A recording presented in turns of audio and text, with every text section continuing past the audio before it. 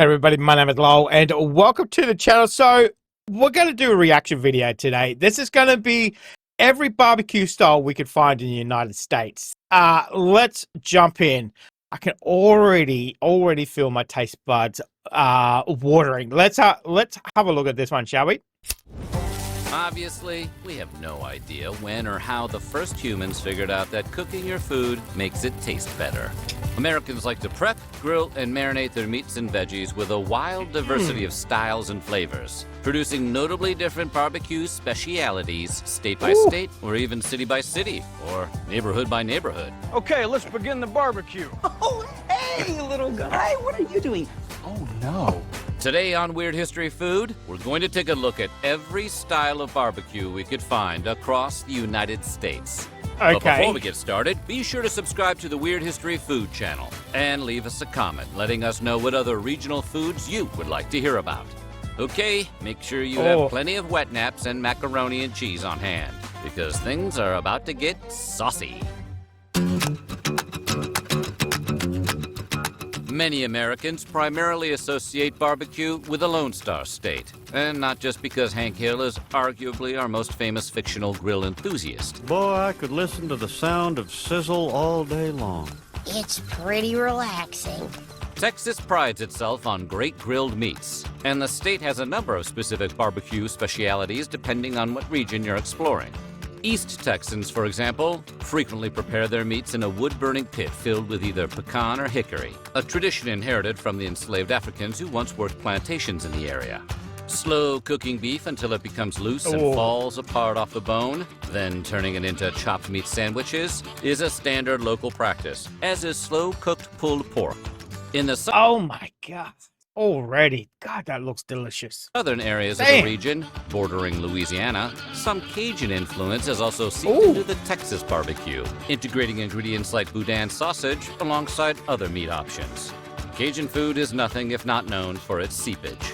Central Texas is most associated with slow-cooked brisket, seasoned with salt and pepper before being smoked over oak at low heat for hours or even days.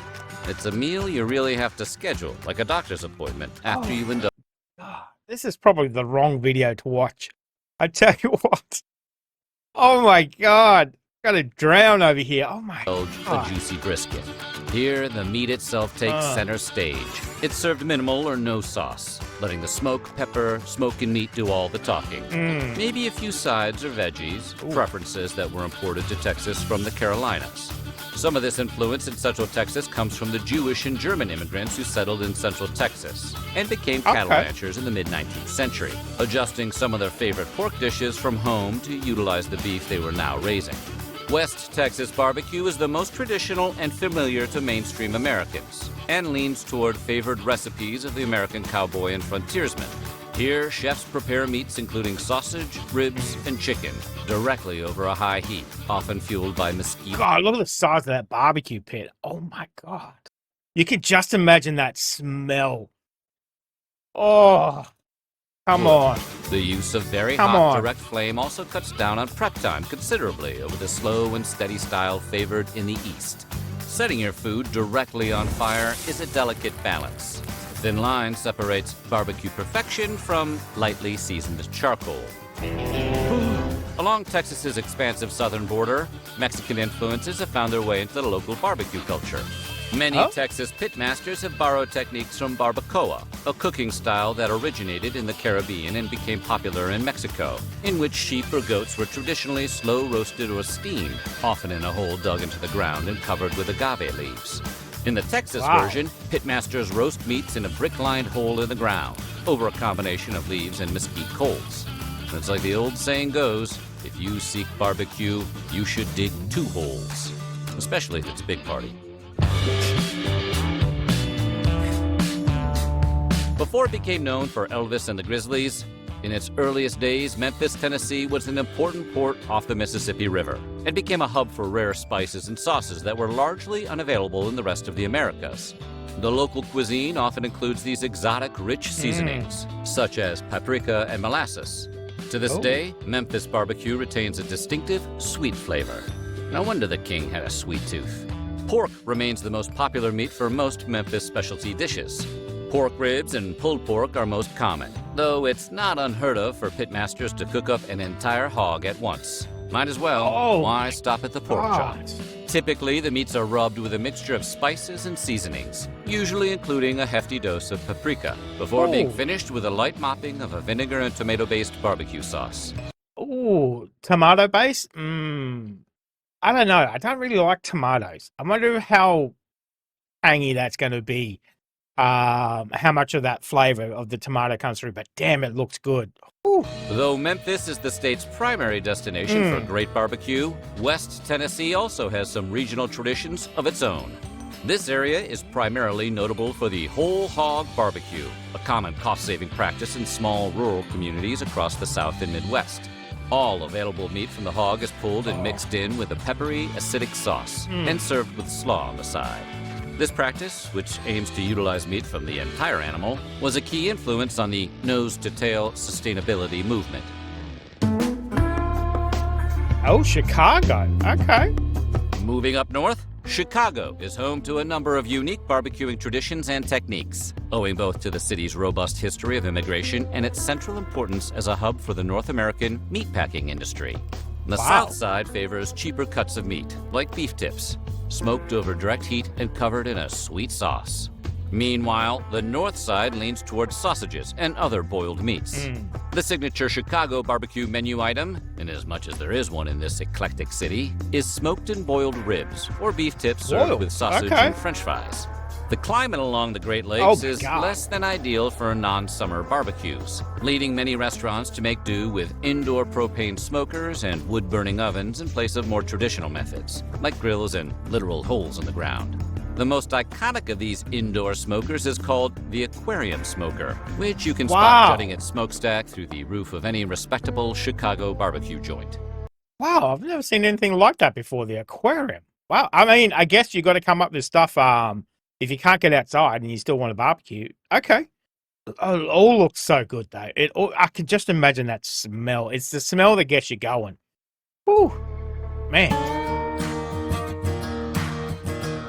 As with Memphis, Kansas City became a barbecue mecca largely because of its geography, which has also thrown a wrench into several geography bees.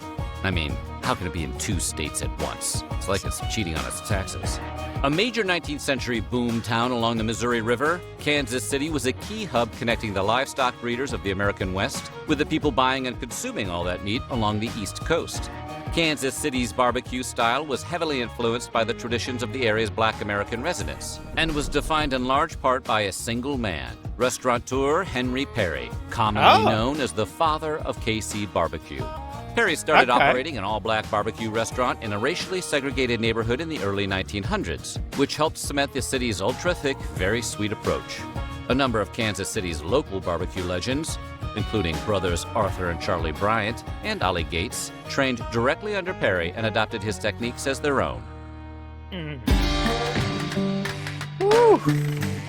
While it may be far smaller in terms of land mass than Texas, Virginia is nonetheless home to a number of regional barbecue styles that shift as you move across the state, like a kaleidoscope of flavors, a smoky, tangy kaleidoscope. These include sweet tomato-based barbecue sauces in the north, peculiar additions like root beer and peanut butter in the central part of the state, vinegary sauces laced with mustard in the south, and a distinctive mix of herbs and spices within the Shenandoah Valley. Regardless of the region, smoking meats is less popular here than in many other regions, with Virginians preferring to fire up their meat in a pit. And honestly, we get it. Pits are way cooler than smokers. If a fire pit is on the table, go with the fire pit. In fact, Virginians take their barbecuing so seriously, some claim that the practice was actually invented by indigenous Americans in the area. And there's actually some historical evidence to back up those claims. We know that some Powhatan tribes in the area roasted meat on wooden grills before the arrival of Europeans, and several founding fathers, including James Madison and George Washington, personally hosted barbecue-themed gatherings during the colonial era. Which means there is a possibility they commemorated the signing of the Declaration of Independence with a kick-ass cookout. So even if they weren't technically the first, these would have at least been early examples of the modern Southern barbecue tradition in common practice.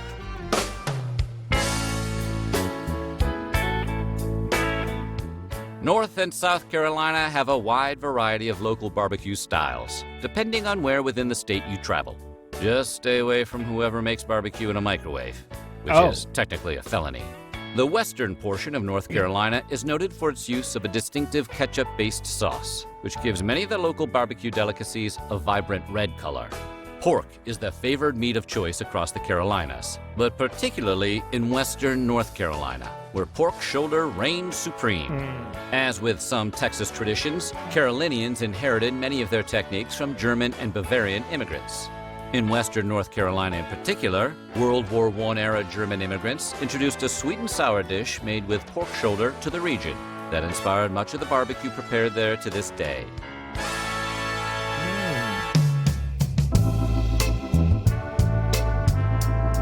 If you're talking barbecue in South Carolina, you should know this is pig country. The state's barbecue chefs favor pulled pork, slow cooked in a smoky pit. Whole hog barbecue is also popular in the state, because why bother debating which part of the pig to cook when you can just throw the whole thing in there? There's more variety in techniques in South Carolina, with various pitmasters and cooks employing vinegar and tomato-based sauces, or salt and pepper rubs, but the region is particularly known for its frequent use of mustard-based sauces, another contribution from German immigrants. I wonder how that would taste, that mustard-based sauce. I don't know. Very interesting. Okay. Because it's such a popular destination for tourists, and the weather in the tropics remains barbecue-friendly year-round, cookouts are a constant source of entertainment and nourishment in America's 50th state, Hawaii, which coincidentally is also kind of famous for Elvis. He just lived his life in barbecue's orbit. Additionally, because the food itself benefits so much from a diverse range of influences and origins, Hawaii is the perfect barbecuing breeding ground, situated at the geographical epicenter of Asian and North American traditions. Hawaiian barbecue preferences have been shaped as much by China, the Philippines, and Korea as the American South, giving it all manner of distinctive flourishes. Ribs are often prepared in a Chinese or Korean-influenced fashion, with rice as a popular side. And barbecued seafood, a relative rarity in the continental U.S., is a common presence on Hawaiian menus. I love seafood. Barbecue seafood would definitely be on my list, for sure. Look, that's Perhaps prawns. the most distinctive aspect of Hawaiian cuisine, however, remains the innovation of the plate lunch, which dates back to the late 19th century, when the islands were largely taken up by sugar and pineapple plantations. Workers, many of them immigrants from China, Japan, Korea, the Philippines, and Portugal, would often bring their lunches in bento boxes, using leftover rice from the previous night's dinner as a side dish. By the 1930s, professional services, called lunch wagons, popped up to prepare these cheap and easy midday meals fresh, swapping out the bento boxes for compartmentalized paper plates. The lunch wagon had a lasting effect, and not just as a devastating playground insult. Even after the plantation era largely ended, the popularity of these plate lunches continued at drive-ins and restaurants across the state.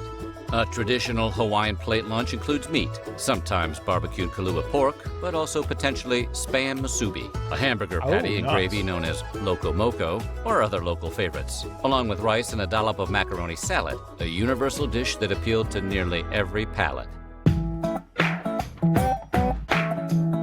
In addition to being the home of beloved fictional characters like Forrest Gump and Cameron Poe, Alabama is the sweet home of its own unique barbecue sauce. Bama barbecue superficially resembles the styles employed in the surrounding areas. Alabamans typically prefer pork shoulder and chicken dishes, and sauces can range from a vinegar-rich Memphis style to the sweeter, more ketchup-forward sauces favored in the Carolinas. But the state's signature addition to the pitmaster's arsenal is white sauce, made by combining vinegar, salt, black pepper, and mayonnaise. Oh. Okay. I wonder how that would taste. Vinegar and mayonnaise together? I don't know. If you've had it, let me know. I mean, it looks good. Barbecue, doesn't matter. But the sauce, I don't know. Okay. Kentucky? Okay. Kentuckians mix things up not only in terms of preparation, but also meat choice.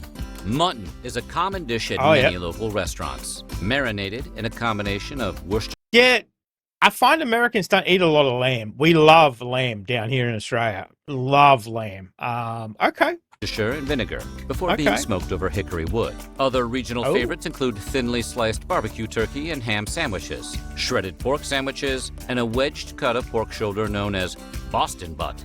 That sounds like a guy scalping Patriots tickets.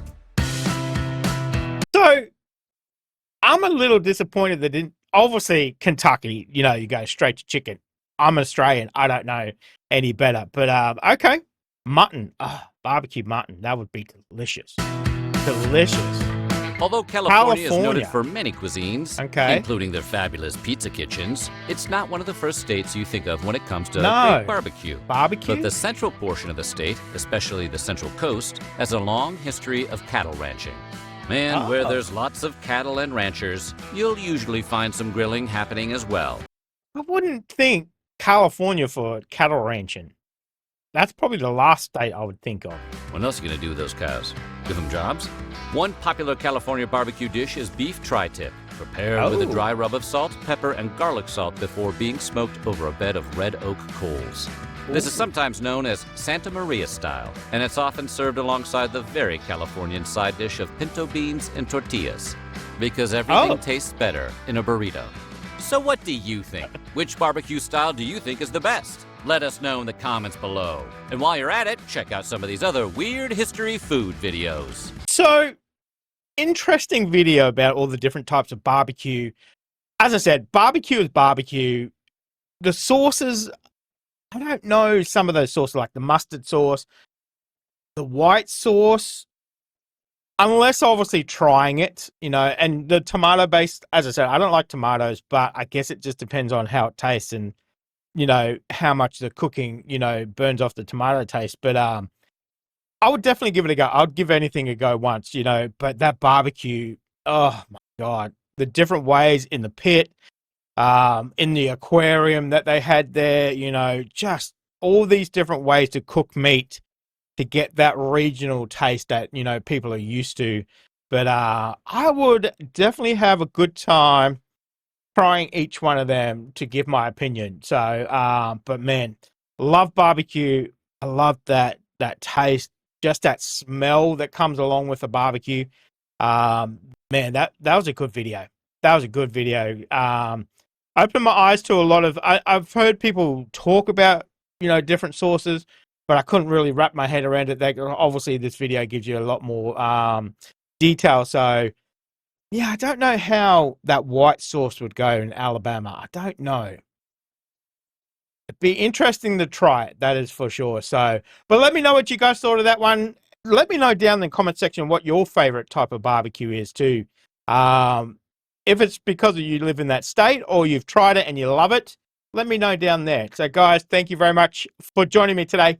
Make sure you stay safe, and I will definitely see you in the next reaction video. Oh, you're still here? You want more content? Why don't you check out my Patreon down here? You'll get plenty more content and some exclusive videos over there too.